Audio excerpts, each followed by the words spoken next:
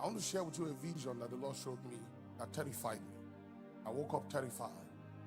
And as a prophet, it's my duty to the body of Christ to bring the word of the Lord unto the end that we might be helped. So I was in a vision of the Lord. I saw the Lord God and his son, and honestly, I cannot describe his race. They appeared before me like humans, but since morning I've been trying to understand what race I can put this being. You can't, I don't even know whether it's white or black. I don't know, like there was no race, but you knew you were facing a being. And it will shock you that I can't even remember the face. Like now that I'm in the physical world, it looks as though anytime I think on them, it's just a blur I see standing there. What was happening in this vision? It was as though the whole earth was being judged. And according to what I was told in the vision, they had judged all the heavens. The first, the second, the third, and we were the seventh, the last one that is coming from up to down. All the heavens had been judged, down to man. And what I saw in that vision was as though we were all standing, and the earth looked like just a piece of field floating in space because I didn't really see any sky. But in the vision, it was just me and somebody, like we are the last people to be judged in this vision. And then there's this person in front of me because there's nobody talking to anybody. Everybody is thinking about themselves at that point. Now this man, I knew was a man. So this man in front of me was about to get judged, but he had an artifact with him. Now this artifact was shaped like a car. But when I say a car, don't think of, modern cars. Just think of all those cars children draw, those boxy, yes. And it looked like, have you watched Transformers? You know that rusty kind of looking cars? Yeah, that's how the car looked like. And everybody had an artifact with them. Now, the scary thing about this vision was that this man's artifact began to speak. The voice that came out of that thing, everywhere began to shake. And then this being, just two of them, him, and I knew it was God and his son. You just know by the knower. They were not even talking to the men. They were talking to themselves. I say, yes, the artifact with him is the archangel type. It's as though everybody's artifact had a type. He was being judged. I couldn't hear what they were telling him because just imagine you standing on the moon. That's the idea. So piece of land floating in space. I was afraid. You will not know that religion is only good for men. It's not good for spirits. I was standing there, and within seconds, they were done with him. I don't even know what happened to him. But all of a sudden, it was my turn. And all of a sudden, I see these artifacts with me. I don't know what to call it, but I knew it was something that was not too big, but it was in my hands. And the moment it became my turn, I started walking there. It's not something that you have an option to say, okay, let me roll. You just start going. And the artifact with me began to sing. I've never heard a voice so deep and scary before. I never even knew I had that kind of thing with me. I can't describe what it was coming out of this artifact. The depth of the voice and the weight the song was coming with as I was walking there. So when they heard my artifact sing it, they turned to themselves and said, oh, okay, he has the giant class. Giant? I'm not seeing anybody. But, he said, okay, his artifact. They didn't even pay attention to me. They were just talking among themselves. And within split second, I ran through my whole life. Brethren, you will judge yourself what God judges you.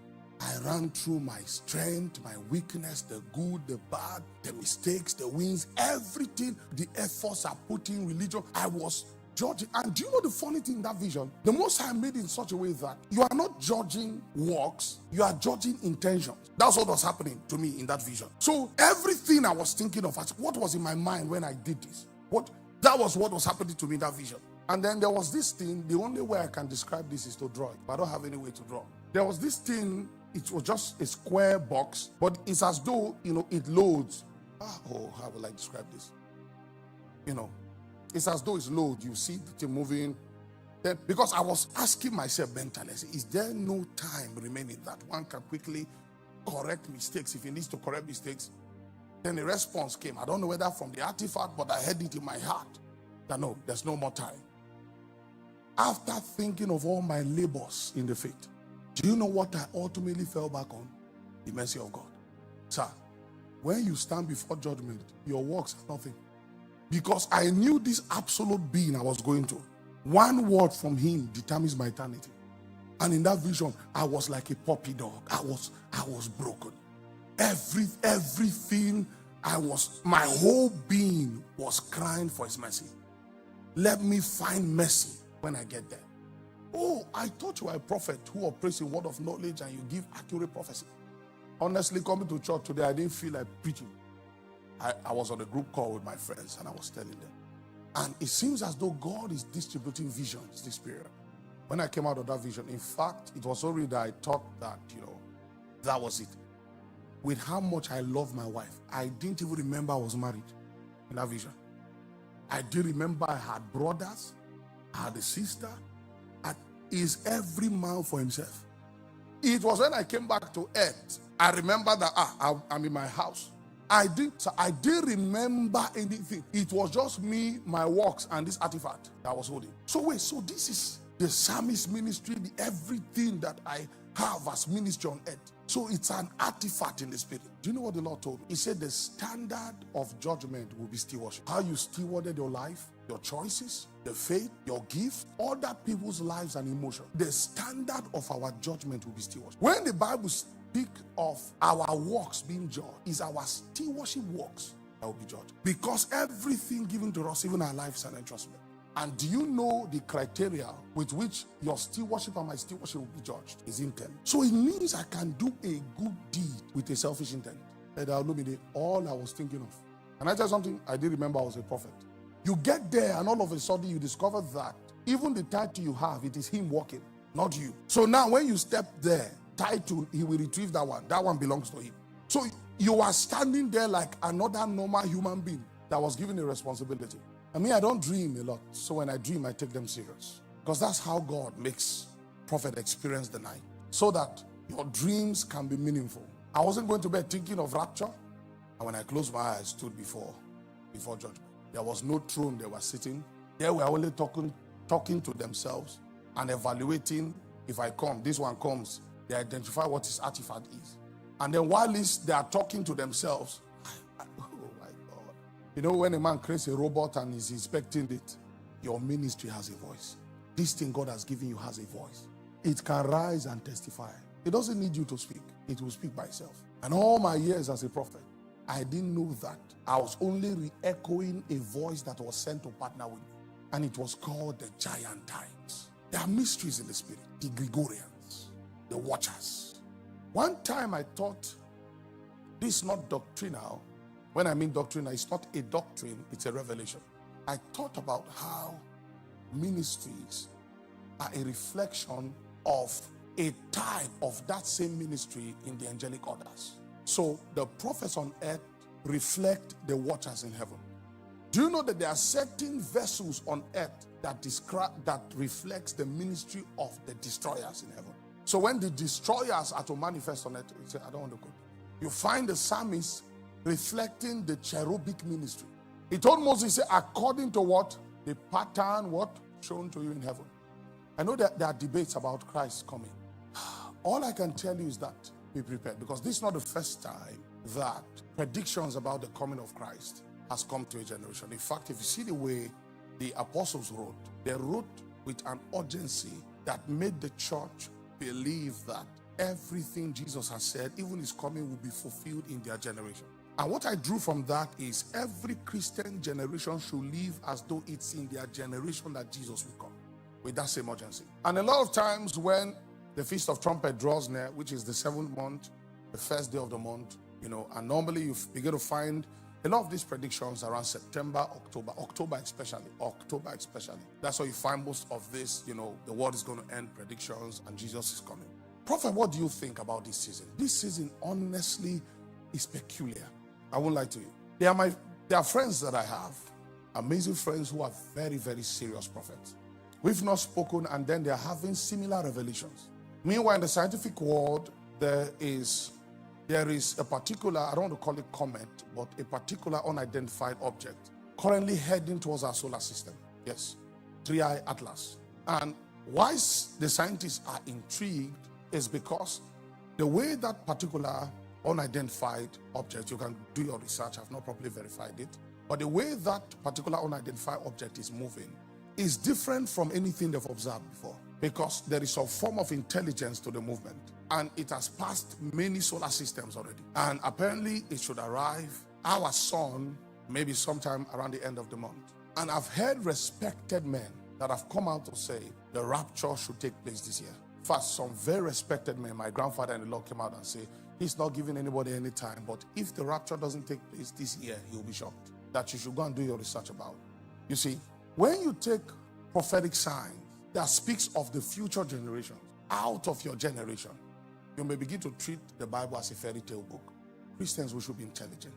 If the prophets spoke of the future and you are in that future and you cannot relate with what they spoke of, it means they didn't see the future. But when I read the book of Revelations and I read certain things in the prophecy of Ezekiel, he's describing it as chariot. I'm saying this is a spaceship. He's describing it as grasshopper. I'm looking at this. This is actually a Black Hawk helicopter.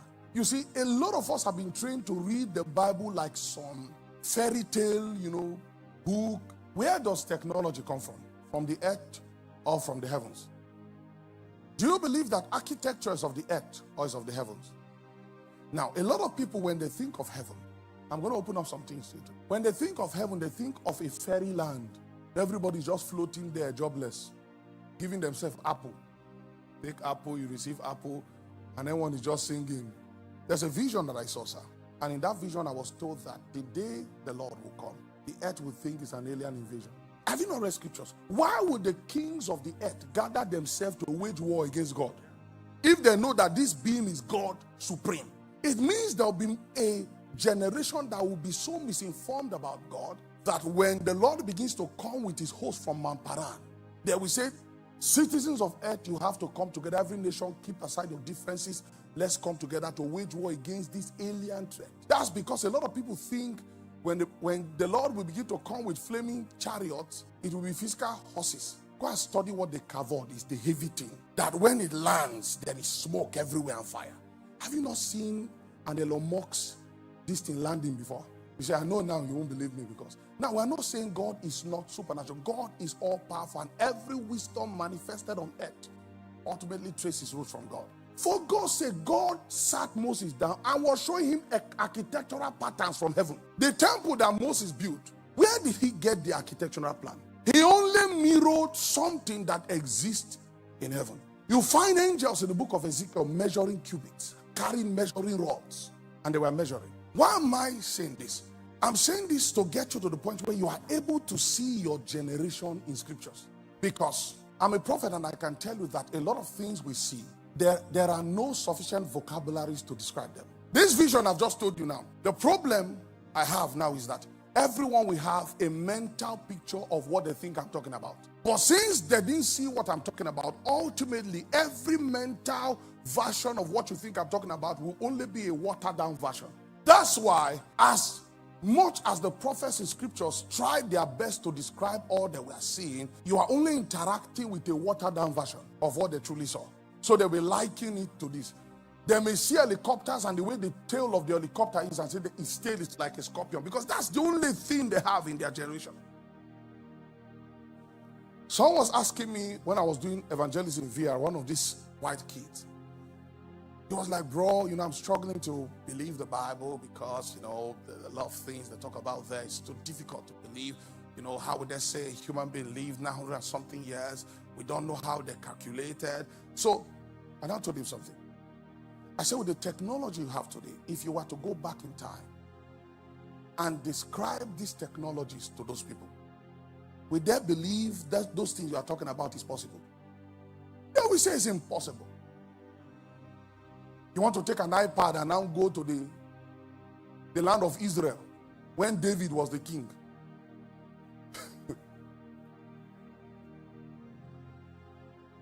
This thing you are holding would be a miracle in the eyes. Indescribable.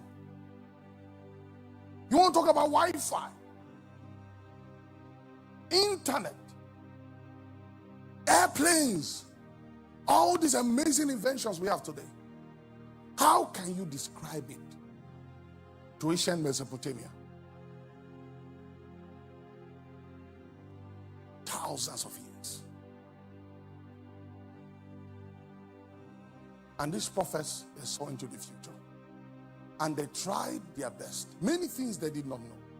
Even down to the name of the Antichrist. They said, this is the code we saw. If you have wisdom, interpret it. I salute them, because to see that much volume of revelation, and you are trying to, that's why most of them just wrote it down. And you are trying to describe it to ancient primitive men.